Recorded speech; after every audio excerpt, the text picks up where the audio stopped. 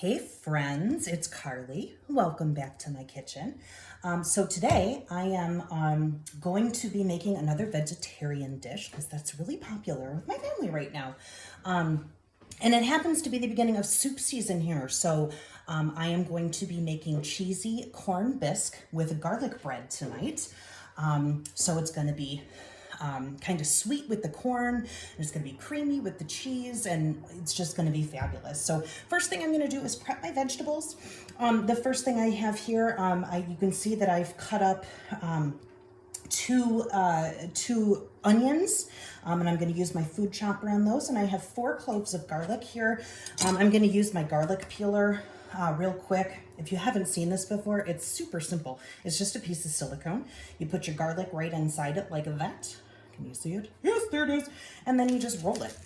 You roll it on the table, and out comes a peeled clove of garlic. So you don't have to mess with all of that peeling and all of that stuff. So it's super easy. This goes right into the dishwasher, and that is absolutely lovely. So the next thing I have here is 4 scallions. I have washed them and I've taken the ends off. Right now, the only thing I'm going to chop is the white part of the scallions because I'm going to be using that in my soup. And then I'm separating out the green parts, and I will be using that as a topping. Now I'm using my Santoku knife here. Again, one of my favorite knives in our forged cutlery line. Having good knives in your kitchen is so important. And having nice sharp knives in your kitchen is so important. I know that some people get a little weirded out. They're like, oh, I'm scared of the sharp knife. Don't be scared of the sharp knives. It's the dull knives that are gonna get you. You know what I'm saying? So grab yourself a good knife. Now, I'm not gonna press my garlic today because I'm gonna be just chopping it along with my onions. So that's all she wrote there. And the more you slap down on this thing, the finer it chops. And this again is our food chopper. It's super easy to use. I use it in the kitchen practically every night because I don't have time to be messing around with cutting and chopping and all of that stuff. So I wanted this to be pretty fine, and I want to show you something real quick of how this comes apart to go in the dishwasher. So this is the food, what do you want to call it? Like a shield, so the food doesn't go flying all over the place. You take this off, it just screws off the bottom. This part, the blade shield, comes off here, and that will go in the dishwasher. And then this, I've got an onion stuck on it. This actually opens up so no food gets stuck up in the top there, and it goes right in your dishwasher as well. So all of my vegetables are prepped. I am going to go ahead and take this over to my stove and get started there. Okay, we are now over at the stove. I am heating my Rock Crock Dutch oven. Just on the stovetop. A little bit about our Rock Crock lines. This is a ceramic pot, but it can go pretty much anywhere. It goes on the stovetop, it goes in the oven, it goes under the broiler, it goes in the microwave, it goes on the grill, and after all is said and done, it goes right in the dishwasher, so cleanup is absolutely easy breezy. I use this all the time because it's a perfect vessel for like one pot dishes, kind of like I'm making tonight with the soup, because the surface, it retains heat so well and it distributes heat so well that it does things like saute your vegetables. And then obviously the size of it is great for soups or stews. We do have several different sizes of these. This is the Dutch oven. We also have an everyday pan. We also do have some things that will go onto the grill. Which we have a round stone that's perfect for pizza. So I'm going to go ahead and take my onions that we've just cut up and put these into, there's that beautiful sizzle. So this is 2 yellow onions, the white parts of 2 scallions, and 4 loaves of garlic.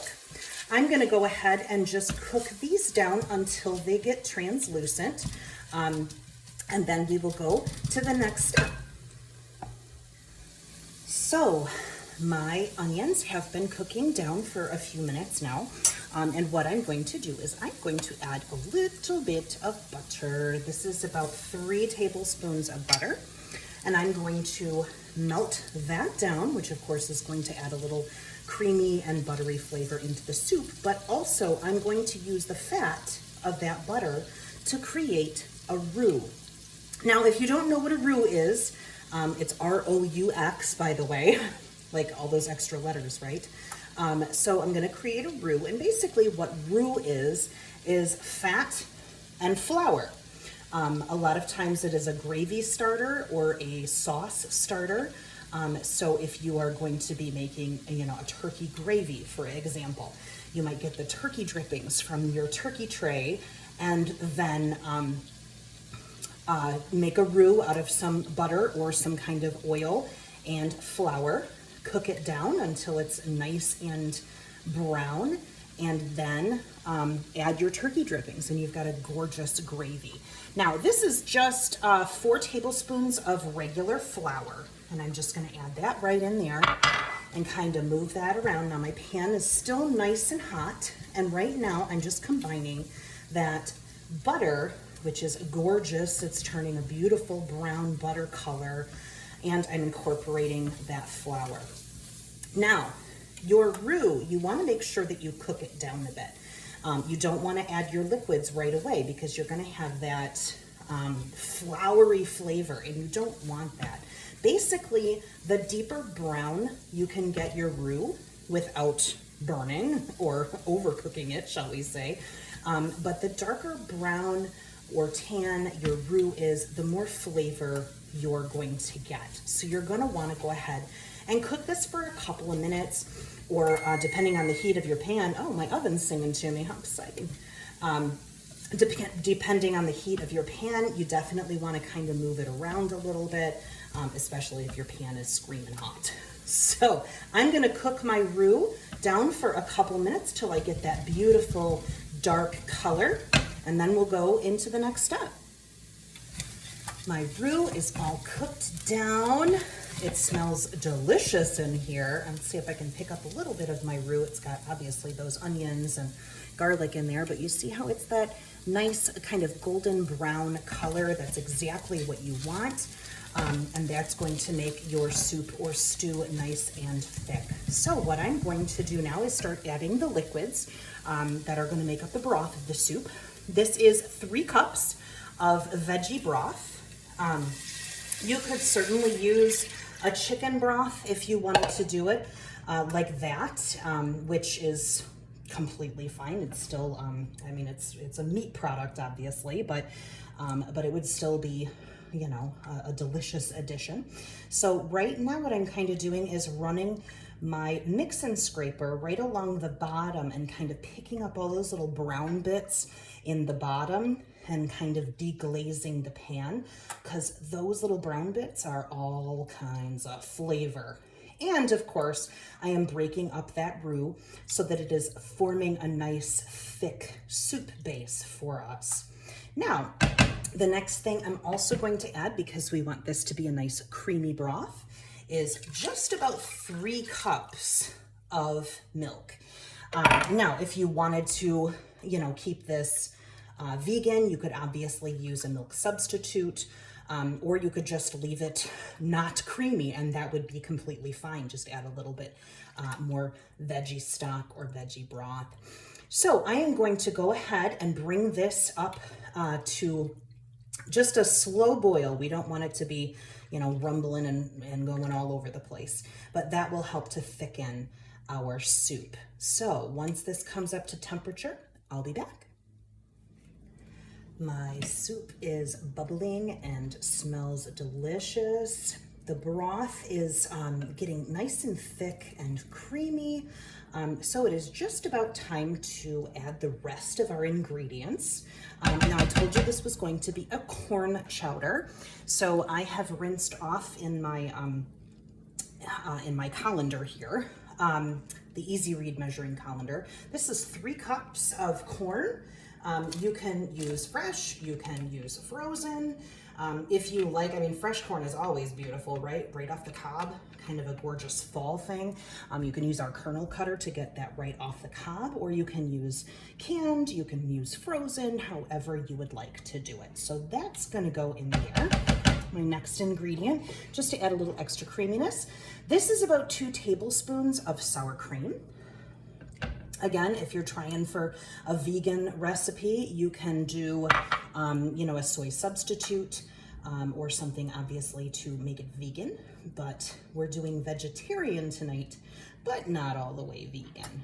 So that is going to add another level of creaminess to our broth. Now, of course, you're going to want to add salt and pepper to your taste. The veggie broth does have a bit of sodium to it, so I haven't added much in the way of salt and pepper. Now, I'm going to turn the heat down just slightly because I don't want this to bubble and boil. And now what I'm going to do is I'm going to add 2 cups of shredded cheddar cheese. That is going to finish off our soup, and we're going to let this simmer then for a few minutes. I mean, the longer it simmers for, you know, those flavors will all meld. Of course, we want to make sure that that cheese gets nice and melted into that, and let everything kind of simmer here for a few minutes. So as this is cooking, I am going to go ahead and make our garlic bread, and I will show you how to do that now. So what I have here is 2 just kind of dinner rolls if you wanted to get some baguettes, or you could even do like with ciabatta bread or flatbreads even if you wanted to. But I've got 2 of them here. So everybody in my family is going to get half of one of these rolls. Now, you'll notice that I'm using my bread knife. It barely even fits into the camera. This thing is so gorgeous. It's one of the knives I just recently earned in my full knife block. And I've not had an amazing bread knife before. And now that I have one, I'm like, how in God's name did I do without it? It's absolutely gorgeous. So I'm going to put these just in half like this. Now, what I have done here is just melted a little bit of butter and used my garlic press to press a little bit of garlic into here. So you can see there's little bits of garlic. Woohoo! And I'm going to use my chef's silicone basting brush now. And I'm going to brush this right on every single one of these, kind of get an even coating, and try to get it all the way out to the edges so that everything gets buttered evenly. So this silicone basting brush is really awesome. First of all, it's hardy enough that you can, you know, brush sauce onto ribs or something that's going onto the grill. But then obviously it's delicate enough that you can use it to brush butter onto pastries or wrap sandwiches so that you can grill them. So it's a really versatile brush. It also, of course, goes right into the dishwasher after you are finished using it. So that makes cleanup nice and easy. Now, you can see over in the corner over there, I have my large bar pan. That is a piece of our amazing stoneware. So I am going to just put these face up into a 450-degree oven.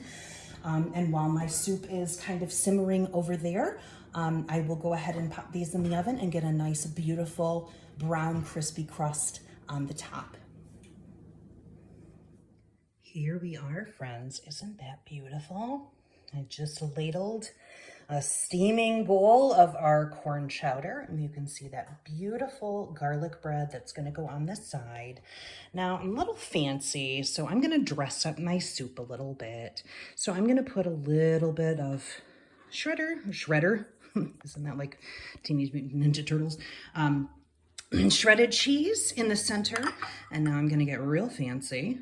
This is simply sour cream that I have diluted with a little bit of water. Now, if you're the kind of person who likes a little heat, I'm going to drizzle on just a little bit of, well, whatever your favorite hot sauce might be. And then just a couple of the scallions And isn't that just gorgeous? Thanks for watching, friends. I hope you like this recipe, and I'll see you next time. Bye.